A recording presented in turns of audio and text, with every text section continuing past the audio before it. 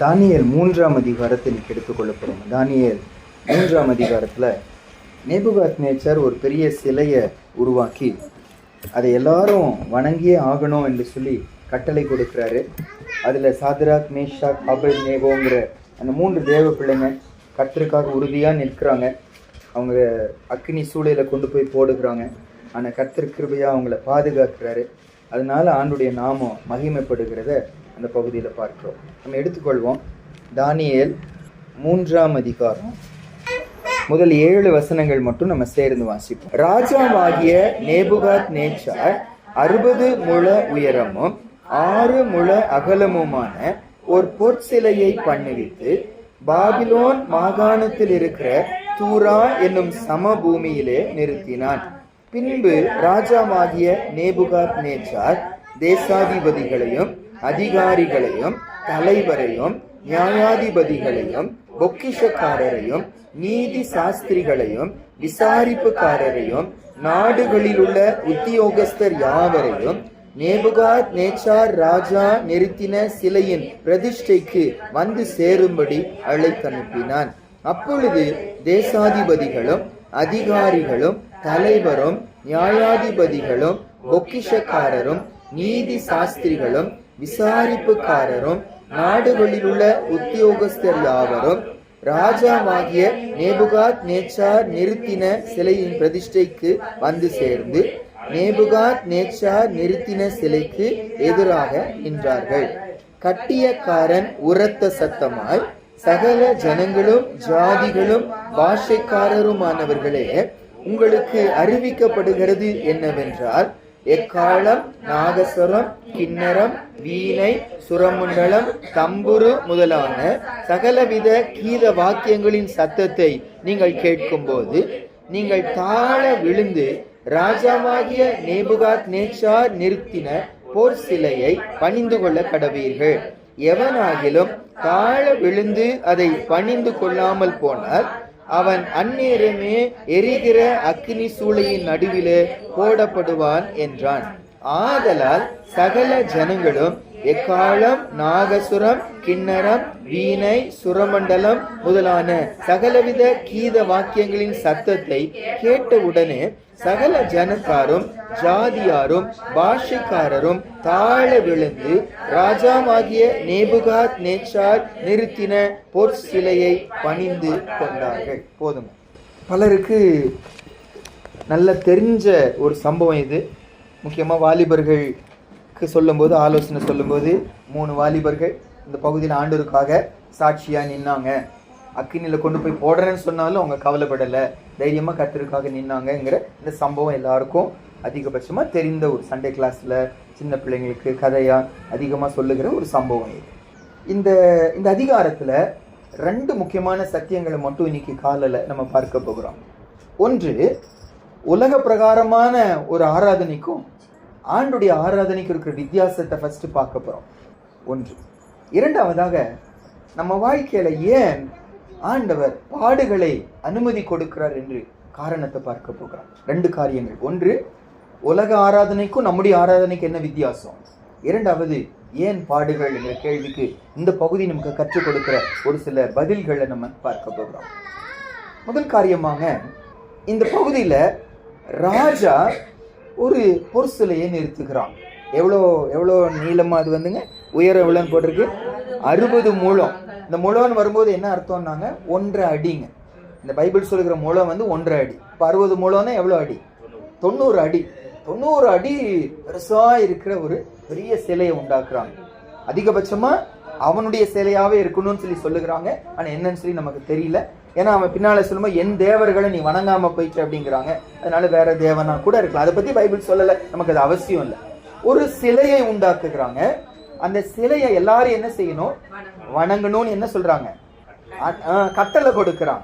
கட்டளை கொடுக்க நல்ல கவனிங்க. அதை வந்து உலக ஆராதனைக்கும் நம்முடைய ஆராதனைக்கு வித்தியாசம் என்ன? கட்டளை கொடுக்கிறான் அப்படின்னு என்ன அர்த்தம்? கட்டாயம், ஃபோர்ஸ் பண்ணுகிறான். உலக ஆராதனைக்கும் ஆணுடைய ஆராதனைக்கு இருக்கிற பெரிய வித்தியாசம் என்ன? உலகத்துல கட்டாயப்படுத்தப்படுகிறான். ஆராதிச்சே ஆகணும், நீ அந்த வணங்கியே ஆகணும். என்ன செய்வான்? கட்டாயப்படுத்துறான். நம்ம ஆண்டர் அப்படி என்ன செய்யறது இல்லை சொல்றது இல்லைங்க. ஆசையா சொல்ற, நீ வாஞ்சையா என் பக்கமா வரணும்னு ஆசைப்படுற.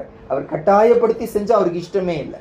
இந்த பகுதியில கட்டளை கொடுத்தாங்க பிரதர் சொன்ன இந்த வார்த்தையை நீங்க வாசிக்க முடியும். எங்க வாசிப்பீங்கன்னா 4வது வசனத்துல, கட்டியக்காரன் உரத்த சத்தமாய், சகல ஜனங்களும் தாஜிகளும் பாஷைக்காரருமானவர்களே உங்களுக்கு அறிவிக்கப்படுகிறது என்னவென்றால், தமிழ்ல அறிவிக்கப்படுகிறது என்னவென்றால் போட்டாங்க, ஆங்கிலத்துல what is commanded and you, உங்களுக்கு கட்டளையாய் சொல்லப்படுவது என்னவென்றால் என்ன சொல்லி இந்த இடத்துல வாசிக்கிறோம். அதே போல 11வது வசனம் அது கட்டளைன்னே போடப்பட்டிருக்கும் பாருங்க. அதாவது சாத்ராக் மேஷாக் ஆபேத்நேகோ வணங்க மாட்டேங்கிறாங்க.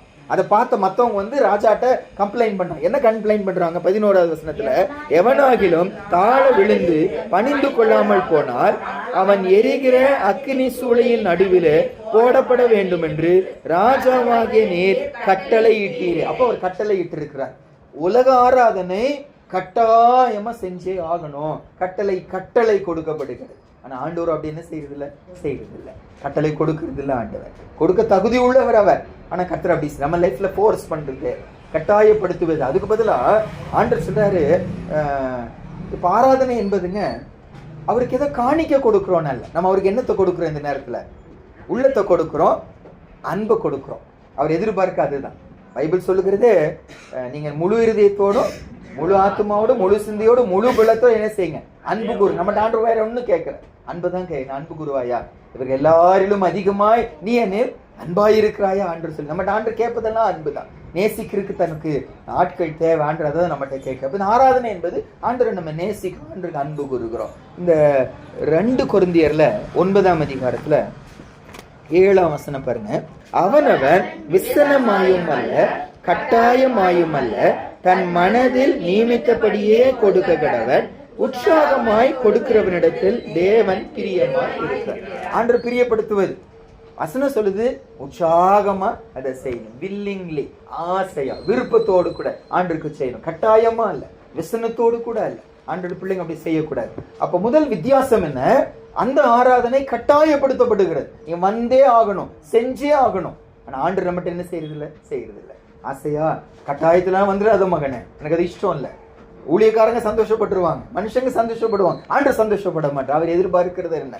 முழு இருதயத்தோடு அவர்கிட்ட என்ன செய்யணும்? நம்ம செய்யணும். பாருங்க, இந்த குட்டி பேர் என்னமா? ஜென்சி. இப்ப ஜென்சி ஒரு கேக் வாங்கி சாப்பிட்டு இருக்கிறாங்கன்னு வச்சுக்கோங்க. கேக் சாப்பிட்டு இருக்காரு குட்டி. ஜென்சிட்டு இருந்து என்னால புடிங்கி சாப்பிட முடியுமா? முடியாது. முடியும்.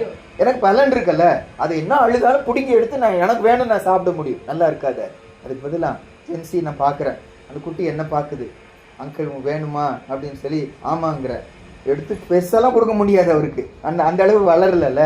குட்டியை ஓரமா எடுத்து சின்னதா கொடுப்பார். எவ்வளவு சந்தோஷமா இருக்கும் நமக்கு.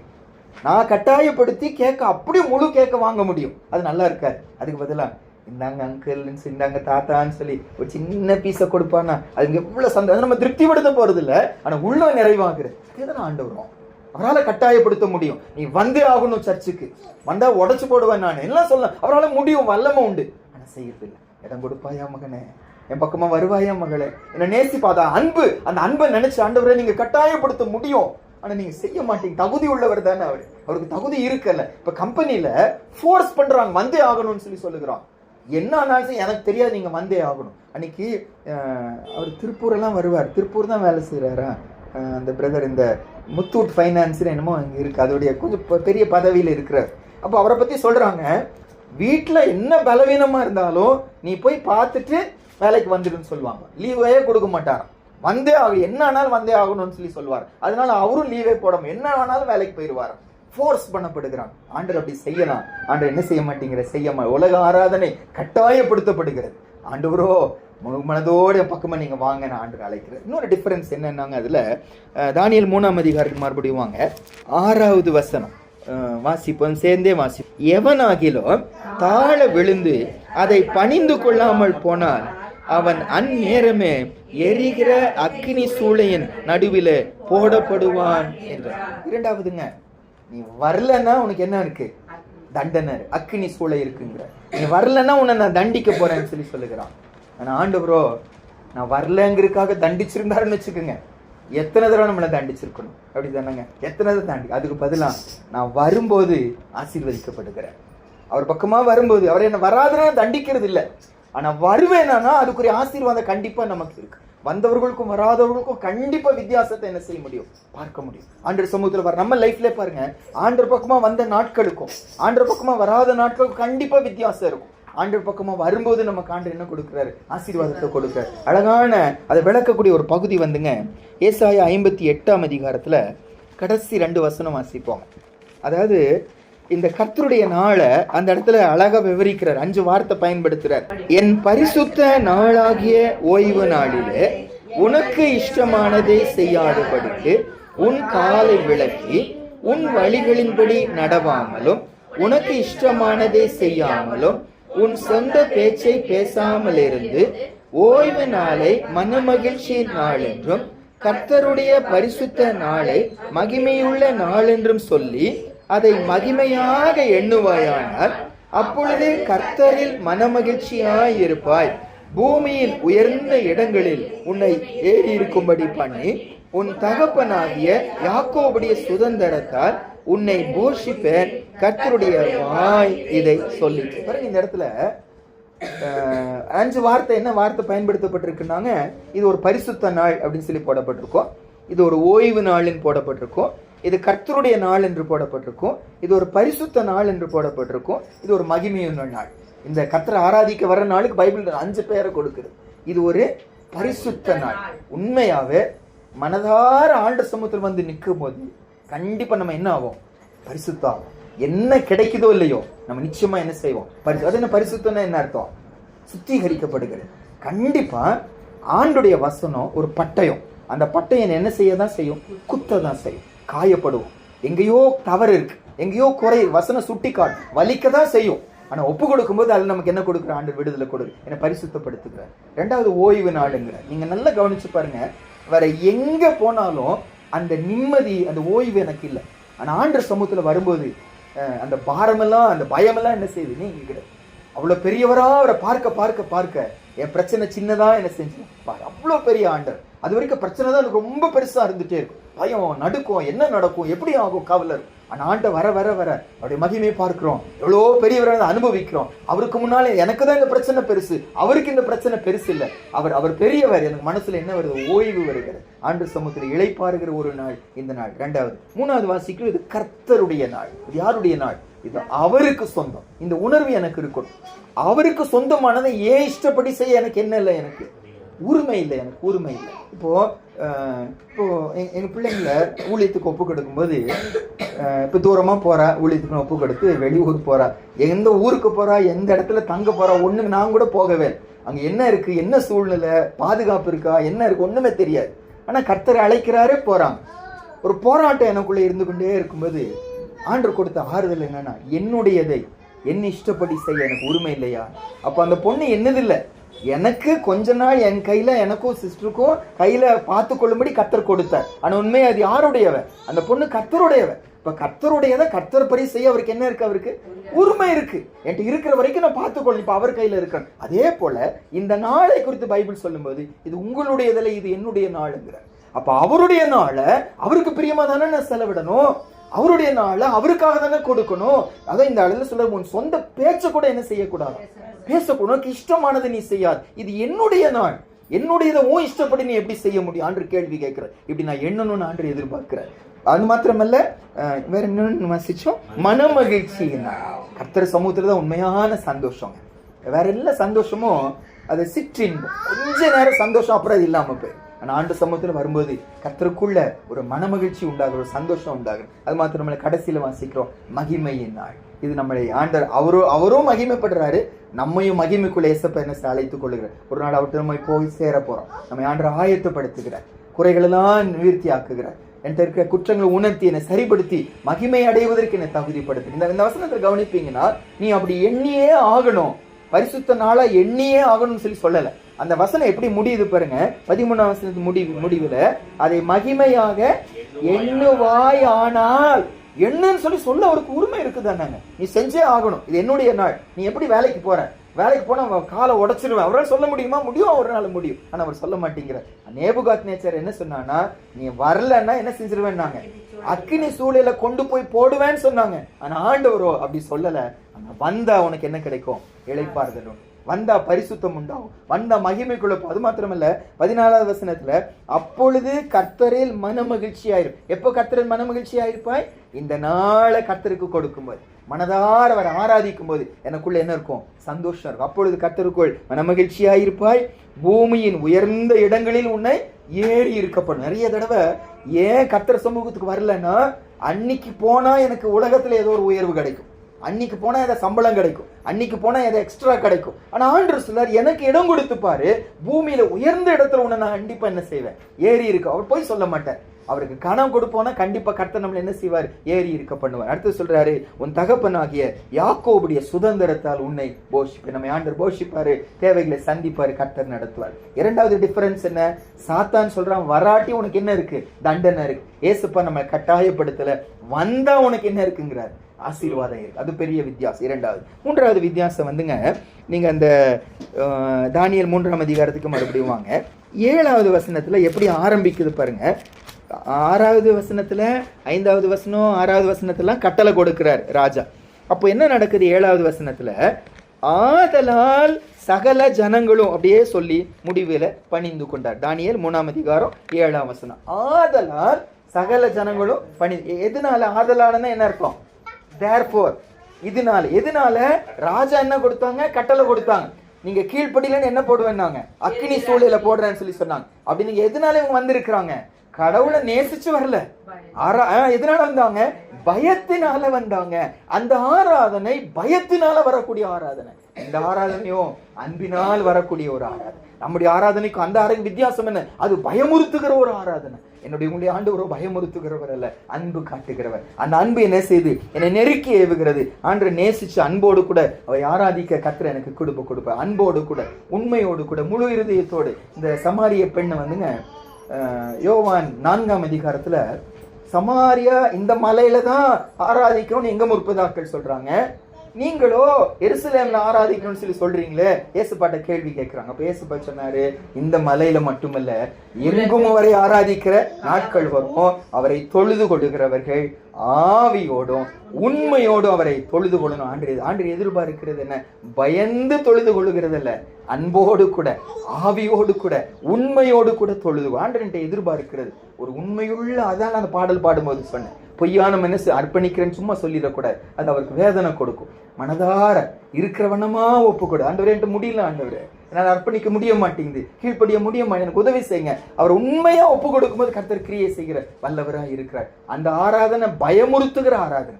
இந்த ஆராதனையும் அன்போடு என்னை இழுக்கிறாரு, அன்பினால என் பக்கமா இழுக்கிறாரு. அதை சொல்லுகிற ஒரு இன்னொரு வசனம் வந்துங்க, டியூட்ரானமி, உபாகமம் 11ஆம் அதிகாரம் 13வது வசனம் எடுத்துக்கொள்வோம். கர்த்தர் நம்மகிட்ட என்ன எதிர்பார்க்கிறாருன்னா, அன்போடு அவரை தொழுது கொள்ளணும், அன்போடு அவரை சேவிக்கணும். வாசிப்போம். நீங்கள் உங்கள் தேவனாகிய கர்த்தரிடத்தில் உங்கள் முழு இருதயத்தோடும் உங்கள் முழு ஆத்துமாவோடும் அன்பு கூர்ந்து அவரை சேவிக்கும்படி நான் இன்று உங்களுக்கு கற்பிக்கிற என் கற்பனைகளை கீழ்ப்படிந்தால் அப்புறம் ஆசீர்வதிக்கிறேன்னு சொல்லி சொல்றேன். அன்போடு கூட அவர் என்ன செய்யணும்? நம்ம சேவிக்கணும். அதான் முழு இருதயத்தோடு அன்போடு கூட அவர் என்ன செய்யணும்? நான் சேவிக்கணும். ஏசப்பா எதிர்பார்க்கிறாரு. என்கிட்ட வேற ஒன்றும் கேட்கல, அன்புதான் என்ன செய்யுது. அது பயமுறுத்துகிற ஆராதனை. பயந்து கீழ்ப்படிஞ்சான். இன்னைக்கு நானும் அன்பு கூர்ந்து அவரை ஆராதிக்க வருகிறேன் என்று சொல்லி பார்க்கிறோம். இன்னொரு டிஃபரன்ஸ் வந்துங்க, தானியேல் 3ஆம் அதிகாரத்துல அவங்க எப்போ பணிந்து கொள்ளணும், எப்போ தொழுது கொள்ளணும்னு சொல்லி சொல்றாங்க. அந்த சம்பவத்துல அந்த பொற்சிலையை வச்சுட்டாங்க. அந்த 6 இன்ஸ்ட்ருமெண்ட் பேரை சொல்லுகிறான். இந்த இன்ஸ்ட்ருமெண்ட்டை நாங்க வாசிக்கும் போது நீங்க எல்லாரும் என்ன செய்யணும்? பணிந்து கொள்ளணும். என்னென்ன எங்க வாசிப்பீங்க? 5வது வசனம் பாருங்க. தானியேல் 3:5. எக்காலம், நாகசுரம், கிண்ணரம், வீணை, சுரமண்டலம், தம்புரு முதலான சகல வித கீத வாக்கியங்களின் சத்தத்தை நீங்கள் கேட்கும் போது நீங்கள் தாழ விழுந்து ராஜாவாகிய நேபுகாத் நேச்சார் நிறுத்தின பொற் சிலையை பணிந்து கொள்ள கடவீர்கள். அந்த ஆராதனைக்கு இந்த ஆராதனைக்கு வித்தியாசம் என்னன்னாங்க, அது அந்த டைம்ல தான் என்ன செய்ய முடியும்? ஆராதிக்க முடியும். அந்த நேரம் தான். அந்த மியூசிக் அடிக்கும் போது ஆராதிக்கணும். நம்முடைய ஆண்டவரும் அப்படியா இல்ல, எந்த நிமிஷம் அவர் என்ன செய்ய முடியும்? நம்மளால ஆராதிக்க முடியும். தரியு ராஜா தானியேலை கொண்டு போய் சிங்க கேபியில போட்டான். போடுறதுக்கு முன்னால் என்ன சொல்லி சொன்னாரு தெரியுமா? என்ன சொன்னாரு? தானியேலை பார்த்து என்னன்னு சொல்லி சொன்னாரு? நீ இடைவிடாமல் ஆராதிக்கிற உன் தேவன் உன்னை கண்டிப்பா என்ன செய்வார்? தப்புவிப்பார். சிங்கக்கபில போட்டாரு, இவருக்கு தூக்கமே வரல, எதுவுமே ஓடல, அங்க இங்க அலைஞ்சிட்டே இருக்கிறாரு. காலையில சூரியன் உதிச்ச உடனே ஓடி போயிட்டார். சிங்கக்கபில பக்கத்து சத்தம் போட்டு கூப்பிடுறாரு, தானியேலே நீ இடைவிடாமல் ஆராதித்த உன் தேவன் உன்னை தப்புவிக்க வல்லவராக இருந்தாராம். அப்ப தானியேலை குறித்து அந்த ராஜாவுக்கு இருந்த சாட்சி என்னன்னா, அவன் இடைவிடாமல் தேவன் என்ன செய்கிறான்? ஆராதிக்கிறான். எனக்கு உங்களுக்குங்க இதை நம்ம கற்றுக்கொள்ளணும். உலக மக்கள் தான் அந்த நேரத்துல தெய்வத்தை ஆராதிக்கணும், அந்த பெல் அடிக்கும் போது ஆராதிக்கணும், இப்படி பல டைம் சொல்லுகிறாங்க. நமக்கு அப்படி இல்ல, எல்லா நேரமும் என்னோடு கூட இருக்கிறவரை நான் ஆராதித்து கொண்டே. அது பாத்ரூம்னு அவசியம் இல்லை, அது கடலுன்னு அவசியம் இல்லை, அது வேலைன்னு பிரச்சனை இல்லை, அது ஸ்கூலா இருக்கலாம், காலேஜ் இருக்கலாம், எங்க இருந்தாலும் என் உள்ள அவருக்கு என்ன செய்ய முடியும்? எவ்வளவு பெரிய பாக்கியம் இது. ஒரு கோயிலுக்குள்ள போய் இடம் கிடைக்கலான்னு அழுகுறாங்க. இப்போ கொஞ்ச நாள் முன்னால ஒரு செய்தி வாசிச்சாங்க, எந்த ஊருன்னு தமிழ்நாட்டுல தான் சொன்னாங்க. அந்த ஒரு நெருக்கமான இடைவெளியா, திருவண்ணாமலையா சார்? திருவண்ணாமலையில தான். அது நெருக்கமான இடமா, சொர்க்க துவாரம் என்னமோ சொல்றாங்க.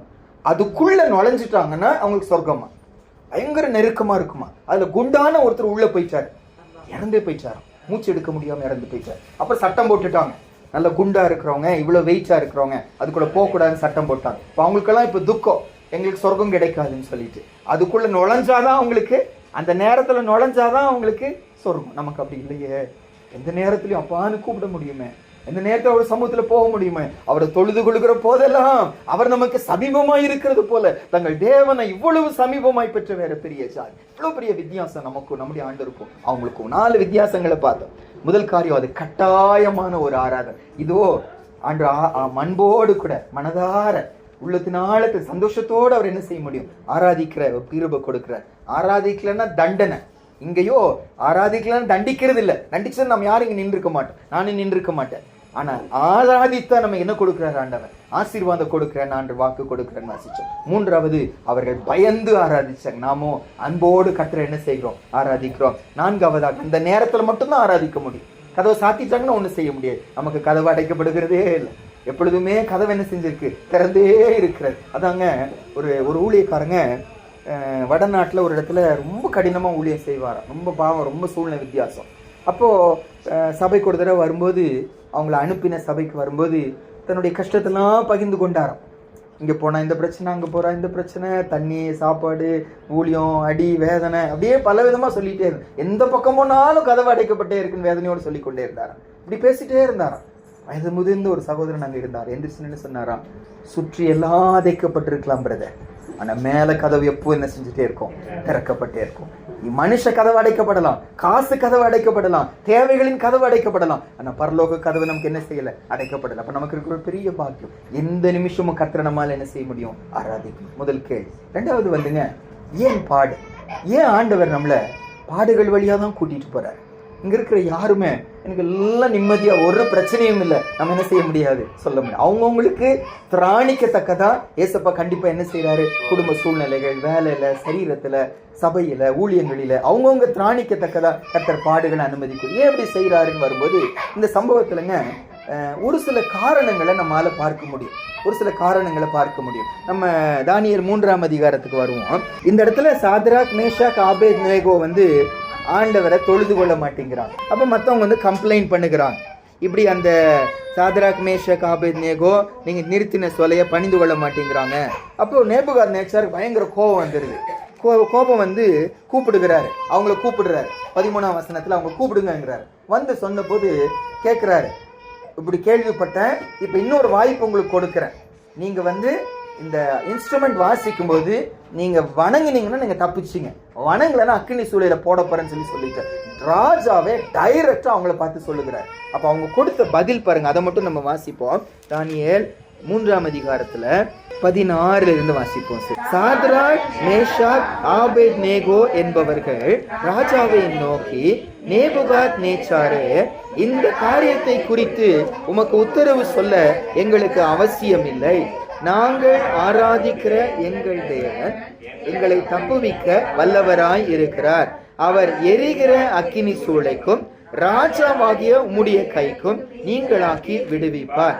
விடுவிக்காமல் போனாலும் நாங்கள் உம்முடைய தேவர்களுக்கு ஆராதனை செய்வதும் இல்லை, நீர் நிறுத்தின பொற்சிலையை பணிந்து கொள்வதும் இல்லை என்கிறது ராஜாவாகிய உமக்கு தெரிந்திருக்க கடவது என்றார்கள். வாலிப பசங்க, டீனேஜ்ல இருக்கிற பசங்க அவ்வளவுதான் இருக்கணும். அவங்க தைரியமா ராஜாவை எதிர்கொள்ளுகிறாங்க. ராஜாவை பார்த்து சொல்லுகிறாங்க, இந்த விஷயத்துல மட்டும் உங்களுக்கு நாங்க என்ன செய்ய மாட்டோம், கீழ்ப்படிய மாட்டோம், பயப்பட மாட்டோம். நீங்க சொல்ற பேச்சு கேட்கணும்னு எங்களுக்கு அவசியம் இல்லை. எங்கள் ஆண்டவர் எங்களை தப்புவிக்க வல்லவராய் இருக்கிறார். அப்படி தப்புவிக்காம போனாலும் சரி, நீங்க நிறுத்தின பொருட்களை நாங்க என்ன செய்ய மாட்டோம், வணங்க மாட்டோம். ராஜாவுக்கு பயங்கர கோவம் வந்துருச்சு. எவ்வளவு மடங்கு இன்க்ரீஸ் பண்ணாராம்? 7 மடங்கு இன்க்ரீஸ் பண்ணாராம். சரியாங்க. இப்போ இந்த என்ஜினியரிங் லைன்லங்க நான் படிச்சதுனால எனக்கு இது நல்லா புரிஞ்சுக்க முடியும். ஒரு காரியத்தை செய்யும் போது இப்போ இந்த சேர் இருக்குன்னு வச்சுக்கோங்க. இந்த சேர் 100 கிலோ வெயிட் தாங்குற மாதிரி டிசைன் பண்ணியிருப்போம். ஆனால் என்ன சொல்லுவோம்னா 80 கிலோன்னு தான் சொல்லுவோம். நான் சொல்றது புரிஞ்சுக்கிறீங்களான்னு தெரியல. இதோடைய கெப்பாசிட்டி 100 கிலோ. ஆனால் 100 கிலோன்னு சொல்லாம 80 கிலோ தான் இதை தாங்கும்னு சொல்லுவோம். அப்போ இதை விட 80 விட இன்னொரு 25% என்ன செய்யலாம், அதிகப்படுத்தலாம். 80ல் 25% 20. அப்போ 80 + 20 100 இதுல போகலாம். இவரு ஒரு ஃபர்னஸ, ஒரு அக்கினி சூளையை உருவாக்கி இருக்கிறான். அதுக்கு ஒரு டெம்பரேச்சர் தான் அதுக்கு இருக்கு. அதை விட ஒரு 25% தான் அதிகம் பண்ண முடியும். ஆனா இவரோ எத்தனை மடங்கு பண்றாரு? 700 மடங்கு அதிகம். ஒரு முட்டாள்தனமா செய்கிறார். அந்த அளவு அந்த டெம்பரேச்சரை இன்க்ரீஸ் பண்ணிட்டான். இவங்களை கட்டி கொண்டு போறாங்க. கொண்டு போனவங்க யாரா? பலசாலிகள் வசனம் சொல்லுது. பலசாலிகள் கொண்டு போறாங்க. கொண்டு போனவங்கள அக்கினி வந்து அவங்களை என்ன பச்சிட்டு போட்டுருச்சு. இவங்களை தூக்கி உள்ள போடுகிறாங்க. பார்க்ல நடக்கிறது போல என்ன செய்யறாங்க, தீக்குள்ள நடக்கிறாங்க. கூட யாரு நடக்கிறாரு? ஏசப்பாவே கூட நடக்கிறார். பார்த்து இவருக்கு ஒரு ஷாக் ஆயிடுச்சு. 3 பேர் தானே உள்ள போட்டோம், 4வது ஒருவர் இருக்கிறாரு, தேவகுமாரனின் சாயலாய் இருக்கிறாரு. பக்கத்துல போய் கூப்பிடுகிறாங்க, வாங்க வெளியே வாங்கன்னு சொன்ன போது கொஞ்சம் கூட கட்டுகள் மட்டும் அவிழ்க்கப்பட்டிருக்கு. எவ்வளவு ஆச்சரியமா அன்று செஞ்சாரு பாருங்க. கட்டுகள் மட்டும் தீலப்பட்ட எரிஞ்சிருச்சு. ஆனா சரீரத்துல ஒரு முடி கூட காயல, முடி கூட எரிஞ்சு, ஒரு ஸ்மெல்லு கூட இல்லை. சந்தோஷத்தோடு அப்படியே வெளியே வந்தான். ராஜா சொல்லுகிறாங்க, இவங்க ஆராதிக்கிற தேவன் தான் உண்மையான தேவன். இவங்களுக்கு விரோதமா ஒரு வார்த்தை சொன்னான், அவன் அழிக்கப்படுவான் என்னெல்லாம் சொல்றாரு. அவன் வீடு எருக்கலமாக்கி போடும், இவ்விதமாய் ரட்சிக்கத்தக்க தேவன் வேற ஒருவரும் இல்லைன்னு சொல்லி ராஜா சொன்னாங்க. பாருங்க, இன்னைக்கு நம்ம லைஃப்லயும் அக்கினி சூளை போல அனுபவங்கள் கர்த்தர் கூட்டிட்டு போறார். புரிந்து கொள்ளவே முடிகிறது. ஜெபம் பண்றோம், அழுகிறோம், ஆண்டவர் மாற்ற மாட்டேங்கிறார். அதே சூழ்நிலைகளை கூட்டிட்டே போறாரு. ஏன் கூட்டிட்டு போறாருன்னா, இதுல சொல்லப்பட்ட ஒரு சில காரணங்கள் என்ன, எனக்கு யார் பெருசு என்பதை உலகம் காட்டுவதை நானும் புரிந்து கொள்வதற்காக. மனுஷன் ராஜா பெருசா இருந்துருந்துச்சுன்னாங்க, ராஜாவை கண்டிப்பா என்ன செஞ்சு, வேற வழி இல்ல. இவர்கள் அடிமைகள் வேறங்க. இவங்க வேலைக்கு சேர்ந்தவங்க இல்ல. இவங்க நினைச்சா வேலையை விட்டுட்டு போயிடலாம், வேலைக்கு சேரல. இவர்கள் அடிமைகளாய் கொண்டு வரப்பட்டிருக்கிறாங்க. அப்ப ராஜாவுக்கு கீழ்ப்படிச்சுதான் ஆகணும். ராஜாவா இயேசுவான் வந்த போது எங்களுக்கு யார் தான் முக்கியம்னாங்க, இயேசுதான் முக்கியம். இந்த டெஸ்ட் நம்ம லைஃப்ல வரும் நிறைய தடவை. மனுஷனா கர்த்தரான் வரும்போது நம்முடைய வேதனை என்னன்னா, ஆண்டு துக்கப்படுவது என்னன்னா, ஆண்டவர் அசட்டை பண்ணிரும், மனுஷனை மேன்மைப்படுத்திடும். அவங்க துக்கப்படுவாங்களே, அவங்க வேதனைப்படுவாங்களே. ஆனா ஆண்டவர் துக்கப்படுறது பல நேரம் என்ன செய்ய மாட்டேங்கிறோம், நம்ம பார்க்க. அவர் அசட்டை பண்ணிடும், அவர் அற்பமா நினைச்சிடும். ஒரு நடந்த சம்பவமா ஒன்று சொன்னாங்கங்க. ஒரு ஊழியக்காரங்க இருந்தாங்க அந்த சபையில. அலெக்ஸ் போல ஒரு வாலிபன் வந்துட்டு இருக்கிறாங்க. அந்த குடும்பத்துல ரொம்ப கஷ்டம், சரியா வேலை இல்லை அந்த பையனுக்கு. அப்போ இந்த ஊழியக்காரங்களும் ரொம்ப வசதி உள்ளவங்கலாம் இல்லை, என்னமோ பண்ணி இருக்கிறது ஏதோ கொஞ்சம் இருக்கிற பொருள் எல்லாம் அது இதெல்லாம் விற்று, அவர் கூட இருக்கிறதெல்லாம் விற்று பொருள் எல்லாம் போட்டு ஒரு சின்ன ஒரு ஆட்டோ, சிம்பிளான ஒரு ஆட்டோ வாங்கி கொடுத்துட்றேன். அவன்கிட்ட வாங்கி கொடுத்து, இந்த ஆட்டோவை நீ ஓட்டி நீ பழச்சிக்கோப்பா அப்படின்னு சொல்கிறார். அவனுக்கு ஆட்டோ வாங்கி கொடுங்கன்னு சொல்லலை, எக்ஸாம்பிளுக்காக சொல்கிறேன். அப்படி சொல்கிறேன். அப்படி வாங்கி கொடுத்துட்றாரு. ஒரே சந்தோஷம் அவனுக்கு. ஏன்னா வேலை இல்லைன்னு எல்லாரும் அவனை கேவலமாக பேசிகிட்டே இருக்கிறான். ஆட்டோ வாங்கி கொடுத்துட்டாங்க. ஆட்டோ வாங்கி குஷியாக சர்ச்சுக்கு வர்றாரு, மக்கள் எல்லாம் கூட்டிகிட்டு வருவார், வேலைக்கு போவார், எல்லாம் செய்வார், சந்தோஷமாக இருக்கிறார். நாட்கள் செல்ல ஆட்டோவில், ஏன்னா தேவனுடைய பிள்ளை இல்லை இவர், உண்மையாக இருப்பார், நிறைய காசு வாங்க மாட்டார், கரெக்டாக வாங்குவார். அதனால கஸ்டமர்ஸ் அதிகமாகறான், நிறைய பேர் வர்றாங்க. நாட்கள் செல்ல ஜெபத்துக்கு வருவது குறை. ஏன்னு சொல்லி கேட்டால், அங்கே கூப்பிட்டுட்டாங்கங்க, வேலைக்கு கூப்பிட்டுட்டாங்க, நோன்னு சொல்ல முடியல அப்படின்ட்டார். ஞாயிற்றுக்கிழமை மட்டும் வந்துடுவார், மற்ற ஜெபத்தை அசட்டை பண்றார். நாட்கள் செல்லுகிறது, ஞாயிற்றுக்கிழமை வராமல் போயிட்டார். ஏன் வராமல் போயிட்டாரு? வேலைக்கு கூப்பிட்டுட்டாங்கங்க, போக முடியும், இல்லைன்னு சொல்ல முடியல அப்படிங்கிறார். எல்லாத்துக்கும் மேலே ஒரு நாள் இந்த ஊழியக்காரங்க வீட்டில் ஒரு அவசர தேவை, யாரோ வீட்டில் ரொம்ப சீரியஸ் ஆயிட்டாங்க, உடனே ஹாஸ்பிட்டல் போகணும். அப்போது தான் பையன் தானே அவர் அப்படின்னு சொல்லிட்டு, தம்பி சீக்கிரமா அவங்க அம்மா ரொம்ப முடியாமல் இருக்கு, ஹாஸ்பிட்டல் போனோம். அந்த தம்பி அங்கிருந்து என்ன பதில் சொல்றான்னா, ஐயா எனக்கு வர ஆசை, ஆனால் இப்போ ஒரு ஃபோன் வந்துருச்சுங்க ஐயா, அங்கே போகலன்னா எனக்கு அந்த வாடகை என்ன செஞ்சிடும், எனக்கு போயிருங்க ஐயா, வரமாட்டேன். ஒரு குறை ஷாக்கு. ஆட்டோ வாங்கி கொடுத்தது நான். அவர் வாயில சொல்லலை, ஆனால் உள்ள எப்படி உடஞ்சிருக்கும். வாங்கி கொடுத்தது நான். எனக்கு ஒரு அவசர தேவை, இல்லாட்டி செத்து போயிடுவாங்க. அந்த நேரத்தில் கூப்பிடுறேன், எனக்கு வேலை தான் பெருசு, காசு தான் பெருசு போறேன். இந்த சம்பவத்தை நம்ம லைஃப்பை கொஞ்சம் யோசிச்சு பார்ப்போம். இன்னைக்கு எனக்கு வேலை இருக்கா, எனக்கு ஒரு திறமை இருக்கா, எனக்கு ஒரு வசதி இருக்கிறதா, அது கொடுத்தவர் யாரு? கர்த்தர் தான். தன் ஜீவனை கொடுத்து எனக்கு கொடுத்தார். நான் எங்கேயோ போக வேண்டியவங்க, நம்ம எங்கேயோ இருக்க வேண்டியவங்க நம்ம ரட்சித்தார், மன்னிச்சாரு, ஒரு மனுஷனா மாற்றினாரு, அவர் சமுத்திரம் உட்கார வச்சார். ஆனா நேரத்தை கொடுத்த ஆண்டவருக்கு நம்ம என்ன இல்லைன்னு சொல்லிடுறோம், நேரம் இல்லைன்னு சொல்லிடுறோம். என் ஆராதிப்பாயான்னு கேட்கிறாரு, என் வசனத்தை வாசிப்பாயான்னு கேட்கிறாரு, என் ஊழியத்துல பங்கு கொள்வாயான்னு கேட்கிறாரு. ஏசப்பா எனக்கு வேலை இருக்கு. அந்த கொடுத்தவர் அவர் தான். ஆட்டோ வாங்கி கொடுத்தவர் அவர், அந்த ஞானத்தை கொடுத்தவர், அந்த திறமையை கொடுத்தவர், அந்த வேலையை கொடுத்தவர் அவர். ஆனா அவருக்கு நேரம் இல்லாம போய் எவ்வளவு ஆண்டருக்கு வேதனைப்படுமே. இந்த பாடுகள் எதுக்காக தெரியுமாங்க? ஏன் ஆண்டவர் கூட்டிட்டு போறாருன்னா, அந்த சூழ்நிலை நடுவில் எனக்கு கர்த்தர் பெருசா அல்லது வேற யாரோ பெருசா என்பதை அவருக்கு நல்லா தெரியும். நம்மளை குறித்து அவருக்கு தெரியணும்னு அவசியம் இல்லை, எனக்கு தெரியணும்.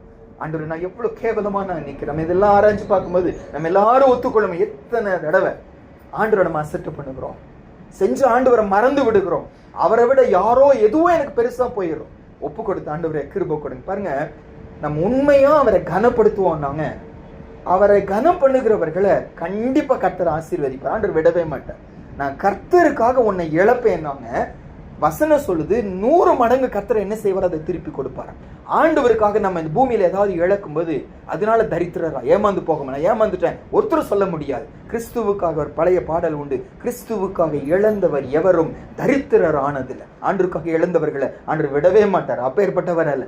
ஏழைக்கு இறங்குகிறவர் கர்த்தருக்கு கடன் கொடுக்கிறான். அடுத்தது அவர் கொடுத்ததை அவர் என்ன செய்வாரு, திருப்பி கொடுத்தார். ஆண்டு நிமித்தம் ஒரு காரியத்தை இழக்கிறோமா, அவர் கடன்காரனா இருக்கவே மாட்டார். ஏசப்பா கண்டிப்பா பல மடங்கு நிச்சயமா என்ன செய்வார், ஆண்டு திருப்பி கொடுப்பார். கர்த்தர் பெருசா அல்லது வேலை, மனுஷன், ராஜா பெருசா, நான் உணர்ந்து கொள்வதற்காக ஆண்டு இதை செய்கிறாருன்னு வாசிக்க. அது மாத்திரம் இல்லைங்க, நம்முடைய நம்பிக்கையை கூட இந்த மாதிரி பாடுகள் நடுவில் தான் நம்மளால புரிந்து கொள்ள முடியும். நம்ம கர்த்தரை நம்புறோம்னு சொல்லி சொல்லுகிறோம்.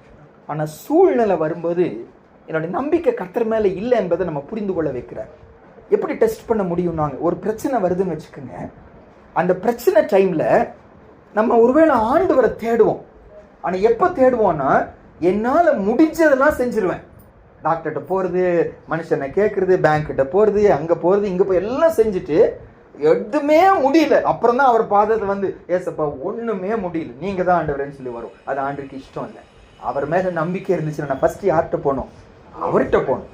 குடும்பமா ஜெபம் பண்ணணும், அவர் பாதத்துக்கு போகணும். அவர் கொடுக்கிற ஆலோசனைப்படி அவர் என்ன சொல்றாரோ அதன்படி செய்வோம்னா அந்த காரியம் ஆசீர்வதிக்கப்படும். அவர்கிட்ட போகாம இருப்போம்னா இது என்ன புரிய வைக்கிறதுனா, எனக்கு ஆண்டவர் மேல என்ன இல்லை, நம்பிக்கை இல்லை. ஆண்டவரை விட மருத்துவரை நான் நம்புகிறேன், ஆண்டவரை விட ஒரு உறவினரை நம்புகிறேன், ஆண்டவரை விட ஒரு ஊழியக்காரனை நம்புகிறேன். இந்த பாடுகள் நடுவில் போகும்போது என் நம்பிக்கை என்ன நம்ம புரிய வைக்கிறார் ஏசப்பா. ஆண்டவர் உண்மைதான். ஆண்டவர் நம்ம திரும்பி பார்ப்போம், எத்தனை சூழ்நிலைகளில் அவர்கிட்ட போகாம எங்கேயோ போயிருக்கோம், மூக்கை உடைச்சு வெக்கப்பட்டுட்டு அப்புறம் அவர்கிட்ட ஓடி வருவோம். அவர் ஒரு ஆலோசனை கொடுப்பார். செய்யும்போது பாருங்க, மனுஷனா இருந்தா நீ அங்கதானே போனா அங்கே போய்க்கோன்னு சொல்லிடுவோம். ஆனா ஆண்டவர் அப்படி சொல்றதே இல்லை. அங்க போய் மூக்கை உடைஞ்சு வெக்கப்பட்டுட்டு திரும்பி வந்து ஏசப்பா அப்படின்னு சொல்லும்போது அங்கதானே போனா போய்க்கோன்னு சொல்றது இல்லை. வரும்போது நம்மோட என்ன செய்யற, ஏசப்பா நம்மோட பேசுறான். அவ்வளோ ஒரு ஜென்டில்மேன் காட், அப்போ ஒரு நல்ல தகப்பன் அவர். அந்த ஆண்டுக்கு நம்ம எப்படி துரோகம் பண்ண முடியும்? நம்பிக்கையை டெஸ்ட் பண்றதுக்காக அந்த ராஜா அவரை குறித்து சொல்லுகிற ஒரு சாட்சி பாருங்க. தானியேல் 3ஆம் அதிகாரத்துல 28வது வசனம் வாசிப்போம் பாருங்க.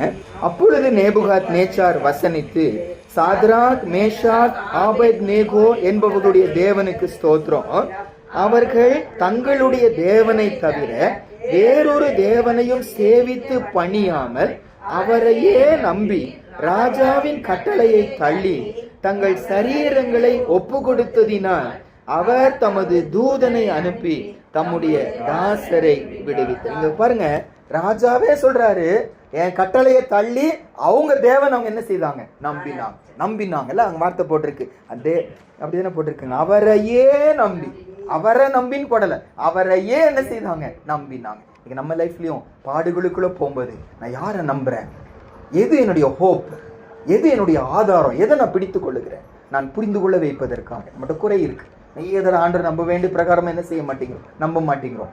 அதாவதுங்க, ஆண்டவரால முடியாததுன்னு ஒன்றும் இல்லை. தடை செய்கிறது முக்கியமான தடை எது தெரியுமாங்க? அவிசுவாசம் தான். தன்னுடைய சொந்த ஊருக்கு ஏசப்பா போனார். மார்க் 6:6 சொந்த ஊருக்கு போனார். அந்த சொந்த ஊர்ல அவரால் நிறைய அற்புதங்களை செய்யவே முடியலையா. மற்ற ஊர்ல எல்லாம் பயங்கரமா அற்புதங்கள் நடந்துச்சான். அவர் வளர்ந்த ஊரை நாசரேத்துக்கு போன போது அவரால் அற்புதங்களே நிறைய செய்ய முடியும். ஆச்சரியமா இருக்கு அந்த வசனம். ஏன்னு சொல்லி கேட்டா, அவருடைய அவிசுவாசத்தை குறித்து ஏசப்பா என்ன செய்தாரு?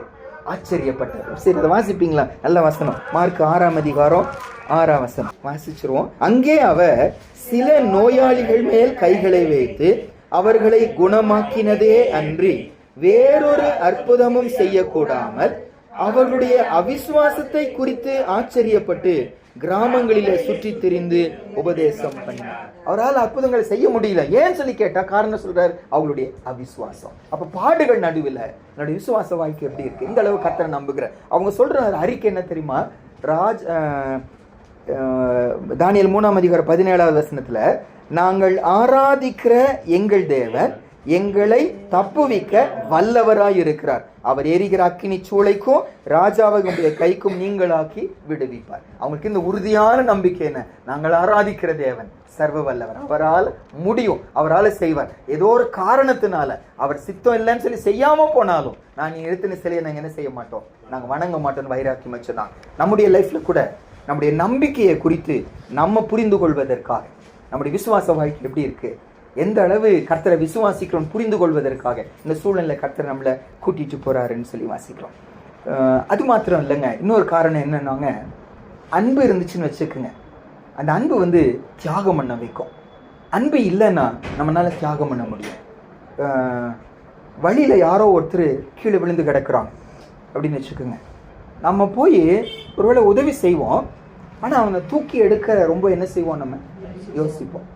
ஆனால் நம்ம பையன் நம்ம குடும்பத்தில் ஒருத்தர் விழுந்து கிடக்குறாங்க, தூக்கி எடுக்க என்ன செய்ய மாட்டோம். ஏன்? அன்பு. அப்படி அதுதான் அன்பு.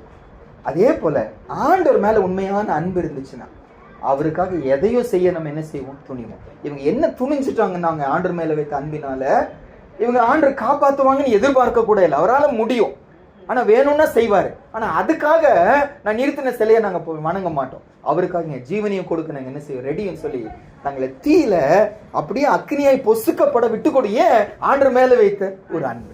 இந்த அக்னி கிறிஸ்துவ மேல இருக்க அன்பை என்னை விட்டு நீங்காத நிச்சயத்திற்கு பவுல் சொல்கிறார்கள், எதுவுமே கிறிஸ்துவின் அன்பை விட்டு என்ன விளக்க மாட்டாது என்று, பிரிக்க மாட்டாது என்று நான் நிச்சயித்து இருக்கிறேன்னு சொல்லுகிறான். நம்முடைய அன்பு எப்படி இருக்கு? ஆண்டவர் நம்ம விசுவாசம் ஒண்ணு, இன்னொரு பக்கம் அன்பு சோதிப்பதற்காக. ஒரு வசனம் வாசிங்க, 2 கொரிந்தியர் 8:8 இந்த சபையார் நல்ல சபையார், எல்லா விதத்திலும் வளர்ந்தவங்க, ஆனா கொடுக்கிற விஷயத்துல மட்டும் அவங்களுக்குள்ள ஒரு குறை இருந்துச்சு. அப்போ அதை சுட்டி காட்டுறாரு பவுல்.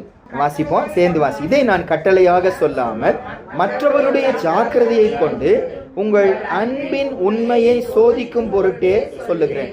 என்ன சொல்றாரு? முந்தின வசனம் பாருங்க, 7ஆம் வசனம். அல்லாமலும் விசுவாசத்திலும் போதிப்பிலும் அறிவிலும் எல்லாவித ஜாக்கிரதையிலும் எங்கள் மேலுள்ள உங்கள் அன்பிலும் மற்ற எல்லா காரியங்களிலும் நீங்கள் பெருகிருக்கிறது போல இந்த தர்ம காரியத்திலும் பெருக. தர்மம்னு என்ன அர்த்தம்?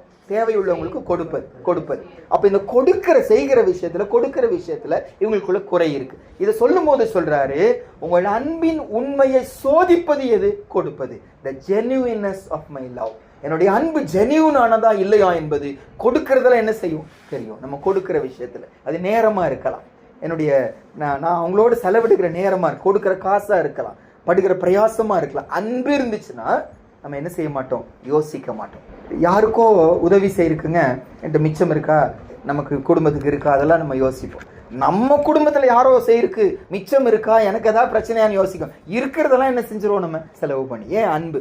அதே போல ஆண்டவர் மேல அன்பு இருந்துச்சுன்னா நம்ம யோசிக்கும். அன்பின் உண்மை எப்படி இருக்கு? ஆண்டவர் பாடுகளுக்குள்ள ஏன் ஆண்டவர் கூட்டிட்டு போறாருன்னா, நீ என்னை நேசிக்கிறாயா மகனே, நேசிப்பாயானா எனக்கு நீ டைம் கொடுப்பிய, என்ன நீ நேசிப்பாயானா வேண்டாம்னு சொல்லி சொல்ல மாட்டிய, என்ன நேசிப்பாயானா என் வேதத்தை வாசிப்பிய. அசன சொல்றாரு, ஒருவன் இடத்துல அன்பு கூறுவானால் என் கற்பனைகளை என்ன செய்வான், கை கொள்ளும். உண்மையாவேங்க ஆண்டவரை நேசிப்போனா அவர் காரியம் நமக்கு பாரமா இருக்கவே இருக்காது. இப்ப ஜபத்துக்கு வருவதோ, ஜபத்துக்காக பிரயாணப்பட்டு போவதோ, உலக காரியத்துக்கு போறதுக்கு ஆசையா போவோம். ஆனா ஜெபத்துக்கு மட்டும் ரொம்ப தூரம் நினைச்சு நம்ம சொல்லிடுவோம். ஆனா ஆண்டவர் மேல அன்பு இருந்துச்சுன்னா அது நமக்கு என்னவா இருக்காது, நமக்கு தூரமாவே இருக்கவே இருக்காது. அந்த அந்த பிரயாசம், அதான் பைபிள் சொல்லுது, விசுவாசத்தை கிரியையில காட்டணுமா, கர்த்தர் மேல இருக்கிற நம்பிக்கையில பொறுமையில காட்டணுமா. அதே அன்பை பிரயாசத்துல என்ன செய்யணும், காட்டணும். பிரயாசம்னா என்ன அர்த்தம்னாங்க, நம்முடைய லிமிட்டை விட அதிகமா செய்யறோம். நம்ம அதிகமா செய்யறது பாருங்க. இது கூட என்னால தூக்க முடியுது. இது ஒரு 10 கிலோ கூட இருக்காதா பிரதர்? அவ்வளோ கூட இருக்காதுல்ல, 10 கிலோ. இதுவே நான் கொஞ்சம் தூக்கும்போது எனக்கு முதுகு வலி இருக்கு எனக்குங்க. கொஞ்சம் தூக்குனாலே பின்னால வலியா லைட்டாக அப்படியே வலிக்க ஆரம்பிக்கும். அப்போ ஒரு 20 கிலோலாம் என்னால் தூக்கவே முடியாதுன்னு வச்சுக்கோங்க. தூக்க முடியாது, எனக்கு கஷ்டம். எனக்கு இவளுக்கு இவன் 45 கிலோ, கரெக்டாக இருக்கு, 45 கிலோ. இவன் கீழே விழுந்து கிடக்கிறா, என்னாலெல்லாம் தூக்க முடியாது. நான் சொல்வேன், நாங்க 20 கிலோ என்னால் தூக்க முடியாது, ஆனா இவ விழுந்து கிடக்கிறா, எனக்கு முடியாதுன்னு சொல்ல மாட்டேன், என்னன்னாலும் தூக்கிடுவேன். ஏன்? அந்த அன்பு லிமிட்டை விட அதிகமா போக வைக்கும். ஆண்டவரை நேசிப்பேன்னா எனக்கு இவ்வளவுதாங்க முடியும், 1 மணி நேரம் தான் கொடுக்க முடியுங்க, இவ்வளவுதான் வர முடியும், நான் சொல்லவே மாட்டேன். ஆண்டவருக்காக அதிகமாய் பிரயாசப்படுவேன். பாடுகள் நடுவில தான் ஆண்டவரை நேசிப்பது உண்மையா இல்லைன்னு புரிந்து கொள்ளுவேன். எல்லாம் நல்லா நடக்கும்போது ஆண்டவருக்கு டைம் கொடுக்கறது ஒண்ணும் இல்லைங்க. எனக்கு ஃப்ரீ டைம் இருக்கு, எனக்கு நேரம் இருக்கு, அதை ஏசப்பா எதிர்பார்க்கல. கனி கொடுக்க முடியாத காலத்துல அத்தி மரத்தில் பக்கமா போனாரு, கனி இருக்கான்னு தேடி பார்த்தாரு. என்கிட்ட கனி கொடுக்க முடியாத காலம், எனக்கு டைமே இல்லை, எனக்கு வேலைக்கு போகணும், எனக்கு படிக்க போகணும், அன்னைக்கு தான் பரீட்சை, அன்னைக்கு அவசரமா இருக்கு. அன்னைக்கு ஆண்டவருக்கு நேரம் கொடுப்போமா? எப்ப நேரம் கொடுப்போம்? அவர் மேல அன்பு இருந்தா என்ன செய்வோம்? நேரம் கொடுப்போம். அப்ப பாடுகள் எதுக்காக? நான் ஆண்டவரை நேசிப்பது உண்மைதானா, என் அன்போட லெவல் என்ன புரிந்து கொள்ள வைப்பதற்காக ஆண்டவர் செய்கிறார். அது மாத்திரம் இல்ல, இந்த பகுதியிலங்க இந்த ராஜா இந்த சம்பவம் நடக்கலன்னு வச்சுக்கோங்க, ஆண்டவர் அறிக்கை செஞ்சிருக்கவே மாட்டார் இல்லைங்க. அவர் என்ன சொல்றாரு பாருங்க, தானியேல் 3ஆம் அதிகாரம். அப்ப நம்ம பாடுகள் வெளியே போறது என்னன்னா, ஒரு சில பெரிய மனிதர்கள் இருக்கிறாங்க, மாறாதவர்கள் இருக்காங்க. என்னன்னாலும் இயேசுவை அறிக்கை செய்ய மாட்டோம், எங்க சாமி தான் பெருசு, வேலை தான் பெருசுன்னு சொல்றாங்க. அவங்க அறிக்கை செய்ய வைப்பதற்காக ஆண்டவர் செய்வாராம். 28, 29 வாசிப்போம் பாருங்க. தானியேல் 3ஆம் அதிகாரம் 28, 20. அப்பொழுது நேபுகாத் நேச்சார் வசனித்து, சாத்ராக், மேஷாக், ஆபேத்நேகோ என்பவனுடைய தேவனுக்கு ஸ்தோத்திரம், அவர்கள் தங்களுடைய தேவனை தவிர வேறொரு தேவனையும் சேவித்து பணியாமல் அவரையே நம்பி ராஜாவின் கட்டளையை தள்ளி தங்கள் சரீரங்களை ஒப்பு கொடுத்ததினால் அவர் தமது தூதனை அனுப்பி தம்முடைய தாசரை விடுவித்தார். ஆதலால் சாத்ராக், மேஷாக், ஆபேத்நேகோ என்பவருடைய தேவனுக்கு விரோதமாக தூஷண வார்த்தையை சொல்லுகிற எந்த ஜனத்தானும் எந்த ஜாதியானும் எந்த பாஷைக்காரனும் துண்டித்து போடப்படுவான், அவன் வீடு எருக்களமாக்கப்படும் என்று என்னாலே தீர்மானிக்கப்படுகிறது. இவ்விதமாய் ரட்சிக்கப்பட்ட தேவன் வேறு ஒருவரும் இல்லை. இந்த சம்பவம் நடக்கலன்னா இந்த ராஜா அப்படி என்ன செஞ்சிருக்க மாட்டார், அறிக்கை செஞ்சிருக்க. என் தேவன் தான் பெருசு, நான் தான் அவன் பவர்ஃபுல் ஆனோம். இப்போ இன்னைக்கு அமெரிக்கா சூப்பர் பவரா இருக்கிறது போல அந்த நாட்களில பாபிலோன் தான் என்னது சூப்பர் பவர். அதுடைய ராஜா எவ்வளவு பெரிய ஆளு, நான் தான் பெரிய ஆளுன்னு நினைச்சிருப்பாங்க. இந்த சம்பவம் நடந்துச்சு, அவர்கள் கர்த்தர் பக்கமா வருவதற்கு பயன்படுத்தினார். நாம கூட பாடுகளுக்குள்ள போகும்போது நம்முடைய ரெஸ்பான்ஸ், நம்ம நடந்து கொள்கிற விதம் ஜனங்களத்தோடு எப்படி இவங்கனால முடிகிறது, எப்படி இவங்க பொறுமையா இருக்க முடியும், எப்படி இவங்க சிரிச்சுட்டு இருக்க முடியும், இந்த சூழ்நிலை மத்தியில் எப்படி உடஞ்சு போகாம இருக்கிறாங்க, எப்படி கர்த்தருக்குள்ள சந்தோஷமா இருக்கிறாங்க. ஆண்டவர் பெரியவர் என்று நம்ம மூலமா மற்றவங்க கர்த்தரை அறிவதற்காக ஆண்டவர் சரி. எல்லாத்துக்கும் மேல கடைசியாங்க அந்த 3ஆம் அதிகாரத்துடைய கடைசி வசனம் பாருங்க. தானியேல் 3ஆம் அதிகாரம் 30வது வசனம். பின்பு ராஜா சாத்ராக், மேஷாக், ஆபேத்நேகோ என்பவர்களை பாபிலோன் தேசத்திலே உயர்த்தினார். பாருங்க, ஒரு உயர்வு வரப்போகிறது என்பதை எப்ப அறிந்து கொள்ள முடியும்னா பாடு இருக்கும்போது. பாடு இருந்துச்சுன்னா கர்த்தர் நம்ம என்ன செய்யறாரு, டெஸ்ட் பண்றாரு. அதுக்கு நீ ரெடியா இப்போ ஒரு சூழ்நிலை அப்படியே போயிட்டே இருக்கிறோம், அடுத்த லெவலுக்கு கூட்டு போகணும்னா இப்போ ஃபர்ஸ்ட் ஸ்டாண்டர்ட் செகண்ட் ஸ்டாண்டர்ட் போகணும்னா என்ன வரணும், எக்ஸாம் வரணும் இல்லைங்க. காலேஜ் ஸ்கூல் முடிச்சு காலேஜ் போறேன்னா ஒரு என்ட்ரன்ஸ் டெஸ்ட் வைக்கிறாங்க. அப்ப இந்த பாடுகள் அடுத்த லெவலுக்கு கேசப்ப என்ன கூட்டிட்டு போறதுக்கு நான் தகுதி உள்ளவனா இல்லையான்னு ஆண்டு டெஸ்ட் பண்ற, ஆண்டு உயர்த்துக்கிறார். அதான் 2 தீமோத்தேயுல 2ஆம் அதிகாரம் 12வது வசனம். பாடுகள் எதுக்காக? முதல் காரியம், நம்ம யாருக்கு முக்கியத்துவம் கொடுக்கிறோம், கர்த்தருக்கா மனுஷனுக்கா? 2வது நம்முடைய விசுவாசத்தை சோதிப்பதற்காக. 3வது நம்முடைய அன்பை சோதிப்பதற்காக. 4வதாக ராஜாக்கள் போன்ற இருக்கவங்க கர்த்தரை அறிந்து கொள்வதற்காக. 5வதாக 12ஆம் வசனம் வாசிப்போம். அவரோடே கூட பாடுகளை சகித்தோமானால் அவரோடு ஆளுகை செய்வோம். நாம் அவரை மறுதலித்தார், அவரும் நம்மை மறுதலிப்பார். ஆண்டவர் ஏன் நம்ம பாடுகளை கூட்டு போறாராம்? ஆளுகை செய்ய வைக்க போகிறார். ஆண்டவர் உயர்வுக்குள்ள கூட்டிட்டு போறார், பாடுகளுக்குள்ள போறார். பாடுகளை குறித்து கவலைப்பட வேண்டாம். ஆண்டவர் நல்லவர். நம்ம யாருன்னு நம்ம புரிஞ்சுக்கணும். நமக்கு யார் முக்கியம், கர்த்தரா மனுஷனான்னு சொல்லி. நம்முடைய விசுவாச வாழ்க்கை அப்படி. ஏன்னா விசுவாசம் இல்லாம தேவனை யாரும் பிரியப்படுத்த முடியாது. விசுவாசம் தான் கர்த்தரை பிரியப்படுத்தும். விசுவாசிக்கிறவர்கள் மட்டும்தான் பரலோகத்துக்கு போக முடியும். அவிசுவாசிகள் நரகத்துக்கு. அப்ப என் விசுவாசம் எப்படி இருக்கு ஆராய்ந்து பார்ப்பதற்காக. 3வது, ஆண்டு நம்முடைய எதிர்பார்க்க அன்பு தான். அந்த அன்பு ஜெனியூனானது, உண்மையானது. பாடுகள் நடுவுல தான் பாட முடியும். எல்லாம் நல்லா நடக்கும்போது சந்தோஷமா துதிச்சு பாட முடியும். பிரச்சனை நடுவுல ஏசப்பா துதிச்சு பாட முடியுமா? மரணம் ஏற்பட்டிருக்கும் போது கர்த்தரை துதிச்சு பாட முடியுமா? இழப்புகள் நடுவுல கர்த்தரை துதிச்சு பாட முடியுமா? அன்பு இருந்தா என்ன செய்வோம்? நம்ம அதை செய்வோம்னு வாசிக்கிறோம். 4வதாக, ராஜாக்கள் நிறைய வெளியே இருக்கிறான். ஆண்டவர் பக்கமா வரவே மாட்டேங்கிறான். அவர் யாருன்னே ஏற்றுக்கிறான், அசட்டை பண்ணுகிறான். ஜாதி சொல்றாங்க, அதை சொல்றாங்க, இதை சொல்றாங்க. ஆனா பாடுகள் நடுவில் நம்ம கர்த்தருக்காக நிற்கும் போது, இயேசு மட்டும் இல்லைன்னா இவங்களால இப்படி இருக்க முடியாதுன்னு சொல்லி நம்ம லைஃபை கண்டு கர்த்தர் பக்கமா திரும்புவதற்காக ஆண்டவர் செய்கிறார். கடைசியா நம்மை உயர்த்துவதற்காக ஆண்டவர் செய்கிறார். நம்ம ஜெபம் பண்ணுவோம். வார்த்தைக்கு நம்ம ஒப்பு கொடுத்து ஜெபித்து அப்புறம் அப்பப்பட்டுகளுக்குள்ள போவோம். இன்னைக்கு ஆண்டவர் நம்மோடு கூட பேசுகிறாரு. உலக ஆராதனைக்கும் கர்த்தருடைய ஆராதனைக்கு இருக்கிற வித்தியாசத்தை ஆண்டவர் நம்மோடு கூட பேசுறாரு. ஆராய்ந்து பார்ப்போம். முழு இறுதியத்தோடு உண்மையோடு கூட கர்த்தரை தொழுது கொடுக்கிறவர்களாக நம்ம மாறுவோம். ஆண்டவரே, உங்களுக்கு நாங்கள் துரோகம் பண்ணாத இருக்கிற ஒரு ஆராதனை தாங்க. எங்களை தண்டிக்கிறது இல்லை, எங்களை ஆசீர்வதிக்க தான் நீங்கள் ஆசைப்படுகிறீங்க. நாங்களோ அந்த ஆசீர்வாதத்தை அசட்டை பண்ணிட்டு நாங்கள் போய் விடுக்கிறோம். எங்களை மன்னிங்க ஏசப்பா. மனதார உங்களை ஆராதிக்கிறவர்களா எங்களை மாற்றுங்க. இடைவிடாமல் என் ஆண்டவரை ஆராதிக்கிறவர்களா எங்களை மாற்றுங்க சுவாமி. பயந்து அல்ல, சந்தோஷத்தோடு ஆராதிக்கிற வாழ்க்கை எங்களுக்கு தாங்க. பாடுகளை குறித்து நம்முடைய சிந்தனை மாறணும். இந்த பாடுகள் நமக்கு தீமைக்காக அல்ல, இது நன்மைக்காக தான். கர்த்தர் நம்ம மேலே அன்பு காட்டலை என்பதனால அல்ல, நேசிக்கிறதுனால தான் ஆண்டு பாடுகளுக்குள்ள என்னை கூட்டிகிட்டு போகிறார். ஆண்டுக்கு நம்ம நன்றி சொல்வோம், சேர்ந்து ஜெபிப்போம். மகா பரிசுத்தமுள்ள எங்கள் நல்ல தகப்பனே, ஆண்டவரே, இந்த ஜூலை மாதத்தின் முதல் ஞாயிற்றுக்கிழமை கர்த்தர் பாதத்தில் வந்திருக்கும் போது என் ஆண்டவரை நாங்கள் ஆராதிக்கிற ஆராதனையின் ஒரு யுனீக்னஸ், ஒரு தனி தன்மையை, ஒரு ஸ்பெஷல் தன்மையை புரிந்து கொள்ள வைத்ததற்காக ஸ்தோத்திரம். உலக ஆராதனைக்கும் ஜீவனுள்ள தேவனை ஆராதிப்பிருக்கிற ஒரு பெரிய வித்தியாசத்தை எங்களை உணர்த்துனீங்கப்பா. இந்த தேவனை எங்கள் இடைவிடாமல் ஆராதிக்கிறவர்களாக எங்களை மாற்றுங்க. அன்போடு கூட முழு இருதயத்தோடு கூட ஆண்டவரே, நாங்கள் உங்களை ஆராதிக்கிறவர்களாக எங்களை மாற்றுங்க. கட்டாயத்தினால் அல்ல, பயந்து அல்ல சுவாமி, அது ஏதோ தண்டனை வந்துடும் என்று சொல்லி அல்ல ஆண்டவரே. சந்தோஷத்தோடு, முழு மனதோடு, அன்போடு கூட, உறுதியத்தோடு, ஆவியோடு கூட என் ஆண்டவரை உண்மையோடு கூட தொழுது கொள்கிற சபைகளாக எங்களை மாற்றுங்க. ஏதோ ஒரு நாள் மட்டும் ஆராதிச்சு திருப்தி அடைகிறவர்களா இல்லாம, அந்த அவர்கள் செய்தது போல அந்த எக்காலம், கிண்ணறம், நாகசுரம் அது உழைக்கும் போது மட்டும்தான் அவங்க ஆராதிக்கிறோம். நாங்கள் அப்படி இருக்கிற கிறிஸ்தவர்களா இல்லாம இடைவிடாமல் தேவனை ஆராதிங்க. இடைவிடாமல் எங்கள் உள்ளத்தில் கர்த்தருடைய துதி வந்து கொண்டே இருக்கட்டும். நான் கர்த்தரை நான் எக்காலமும் ஸ்தோத்தரிப்பேன், அவர் துதி எப்போதும் என் வாயில் இருக்கும். அந்த அனுபவத்தை எங்களுக்கு தாங்க இயேசுப்பா. அப்படி செய்வதற்காக நன்றி. பாடுகளை குறித்த எங்கள் சிந்தைகளை கர்த்தர் மாற்றுவதற்காக ஸ்தோத்திரம். பாடுகள் எங்களை ஆசீர்வதிப்பதற்காக தான், பாடுகள் எங்களை உயர்த்துவதற்காக தான், எங்கள் உண்மையான ஆவிக்குரிய நிலைமையை புரிய வைப்பதற்காக. ராஜாக்கள் எத்தனையோ வெளியே இருக்கிறாங்க, கர்த்தர் பக்கமாக வராமல் இருக்கிறாங்க. பாடுகள் நடுவில் எங்கள் வாழ்க்கையை பார்த்து ஆண்டவர் அறிக்கை செய்வதற்காக தான் நீங்கள் செஞ்சிருக்கீங்க. புரிந்து கொண்டு இந்த பாடுகள் நடுவிலும் உங்களை பற்றி கொண்டு விசுவாசத்தில் உறுதியாக இருந்து ஜெயம் எடுத்து கர்த்தரை மகிமைப்படுத்த எங்களுக்கு கிருபை கொடுங்க. இயேசுவின் மூலம் ஜெபிக்கிறோம் நல்ல பிதாவே, ஆமென்.